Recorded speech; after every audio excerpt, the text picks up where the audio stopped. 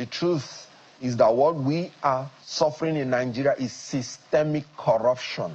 It is systemic because there is no deterrence. In a nation where corruption is not deterred, when you want to fight it, you are at a risk. The civil servants are now colluding with the politicians to extort Nigeria and to manipulate the process for their benefit.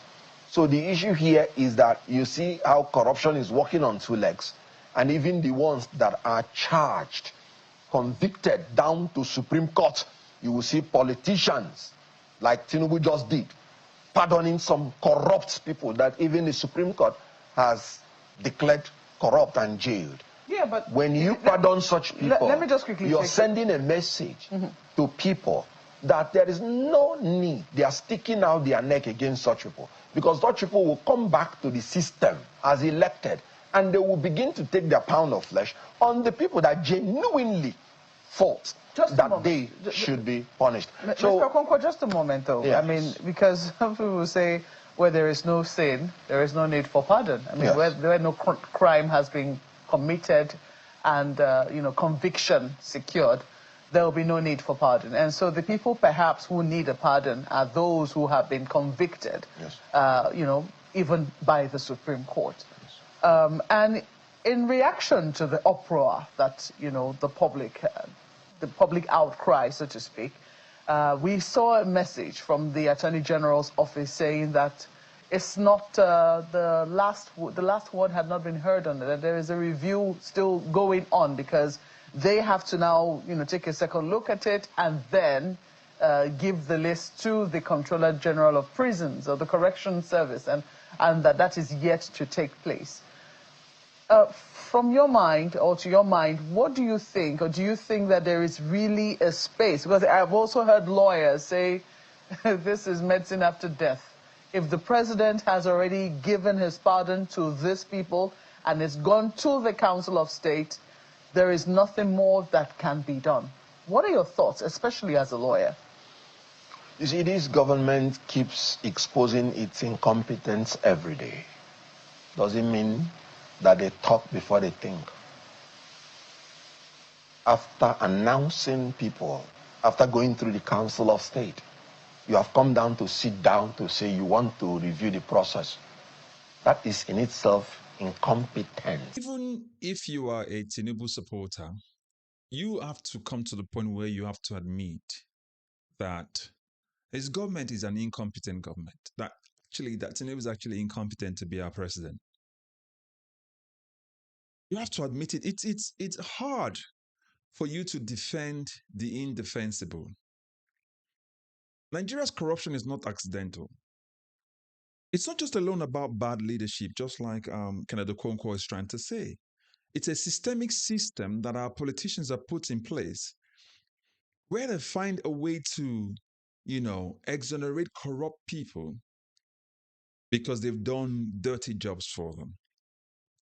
So Okonkwo is right to say that corruption is working on two legs in Nigeria. He's also right to say the systemic corruption that we've now introduced into our system, into our government, into our system, into the fabric of our society has eaten so deep. I've often said this on this channel, that corruption is cancerous. And wherever you find corruption, you will see that it destroys the people. And that's exactly what this government keeps showing Nigeria, that it is not just alone an incompetent government, it is also a corrupt system. An incompetent government says that I have pardoned people, and then come back to tell Nigerians, I need to go back and review the system again because Nigerians spoke up, and that's not the finality of what the process is meant to be. After they've gotten to the end, imagine it this way. You go write an exam and you failed, and then you then say you want to go back and review the exam that you've written, that you've seen the scoreline already. Does that make sense? That's exactly how this government is. And that's why when you review the cases of corruption in Nigeria, you realize how systemic it is. Let's take the case of the last INEC chairman, Yakubu Mahmood. No election in Nigerian's history has ever been done the way Yakubu Mahmoud conducted that election. But it gave rise and it gave birth to Bola Tinubu's government. And guess what? We rewarded it. We rewarded Yakubu Mahmoud. He's gone into the twilight for being so bad and conducting the worst elections in Nigeria's history. Yakubu Mahmoud. We have another person called Yahya Bello.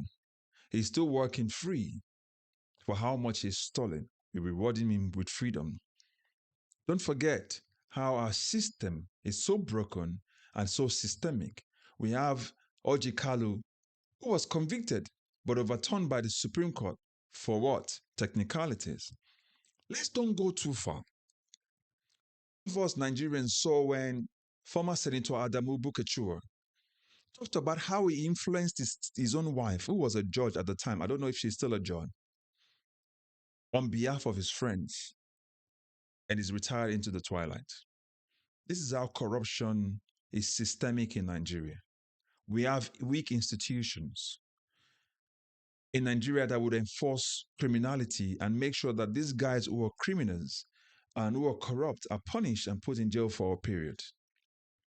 And these are politicians are the ones who have weakened the system, so that much so that even when the justice system, EFCC, manages to, get a win from the corrupt judiciary, the politicians goes back and then pardons the corrupt individual. That's exactly what Tinubu has done.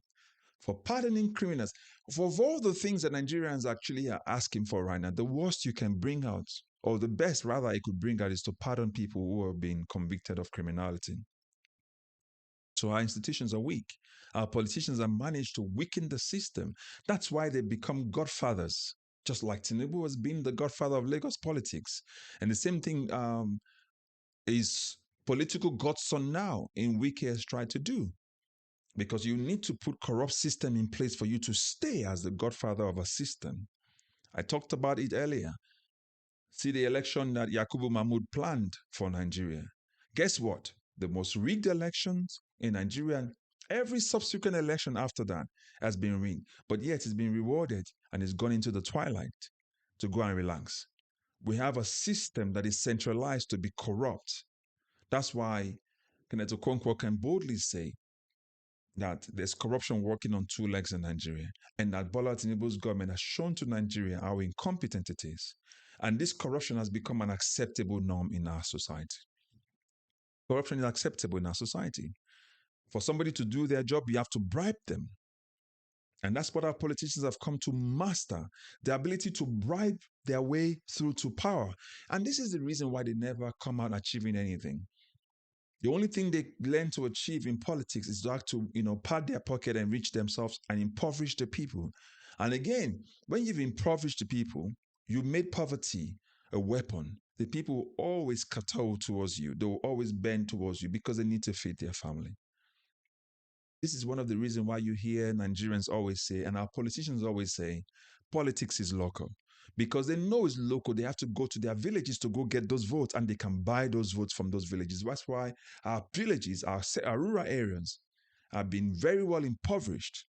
Because the day they know they allow those rural areas grow, they will stop getting those free votes that they normally buy. It's why our system has become so broken. So again, as Kenneth Okonkwo has said, this is the government of Bola Tinubu showing to Nigerians how incompetent they are. I said this before. No matter how you try to, big up this Bola Tinubu administration, you have to come to the point where you have to agree within yourself that it's an incompetent administration. No matter how you try to do it. And I'll explain even much more.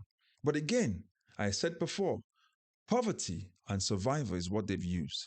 They've impoverished especially the rural areas, and they pay them peanuts, and they bribe them to rig elections, and they use them to, destroy ballot papers and use them to write election results. So when people cannot eat, morality will fade away. Corruption becomes a survivor tactic. That's why our civil servants are very poorly paid, so that they can carry out this task for these politicians, and they themselves can feed their family, get a little more to be able to fend off the evil of poverty. Poverty is an evil that we have to get rid of, but our politicians have weaponized it to use it against our people. It's only a matter of time. It's only a matter of time before the next person becomes a victim of a corrupt system. Don't keep quiet. I keep telling all of you this. Do not keep quiet when you see these people perpetrating, because at some point you will become the victim. I've heard people say that because my friend is in government, I have to support them, even when you can see that it's at the detriment of the entire people. But because of one person, you will support a government that is failing the entire nation. You will only be a victim at some point. I saw a video recently of Sheyi Law complaining about how a family member, I don't know how true it is, but you can put that in the comment section, let me know, how a family member of his had an accident and passed on because of poor equipment in the hospital. That's what we're talking about. At some point, whether or not you think you're a beneficiary of this government, you will become a victim. You have to learn to speak up, because our politicians have shown to Nigerians how incompetent they are and how corrupt they are. When EFCC, the NDLEA, manages to indict corrupt individuals and the president goes ahead to pardon them, it tells you the mindset of our government. It tells you the mindset of our president. Again, Bola Tinubu has shown to Nigerians how incompetent his government is, how incompetent he is. That's what Kenneth Okonkwo is saying.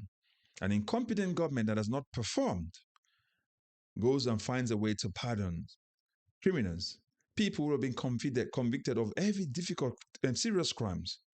You let them go scot-free, while ordinary Nigerians, most of which have been arrested for no good reasons and been locked in prison, those are the ones you should be allowing to go, not serious drug pushers.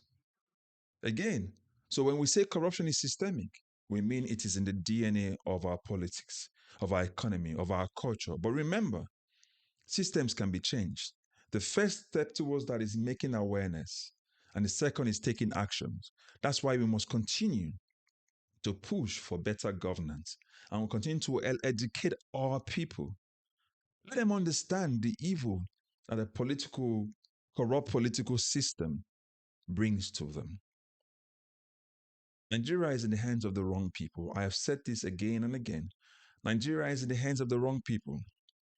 We have the wrong people sitting at the ends of affairs, at the federal level, the state level, and the local government level. It is so hard. We must come together as a people, continue to sensitize our fellow Nigerians so that they remember that the country belongs to them, not the politicians. The country belongs to all of us. That's why I'm speaking up. That's why I'm telling all of you and sensitizing so many of you here that what we currently have is not fit for purpose. Bola Tinubu going to pardon these individuals, I say is pardoning, lets you understand the signal from this government.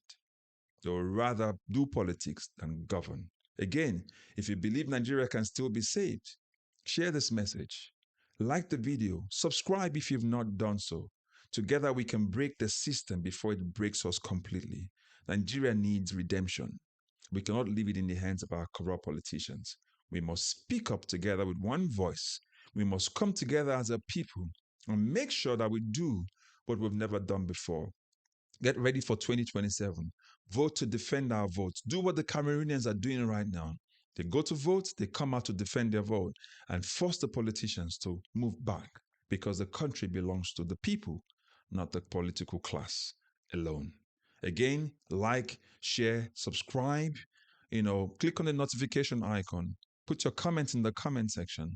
I will catch you in the next video. God bless you. Bye-bye for now.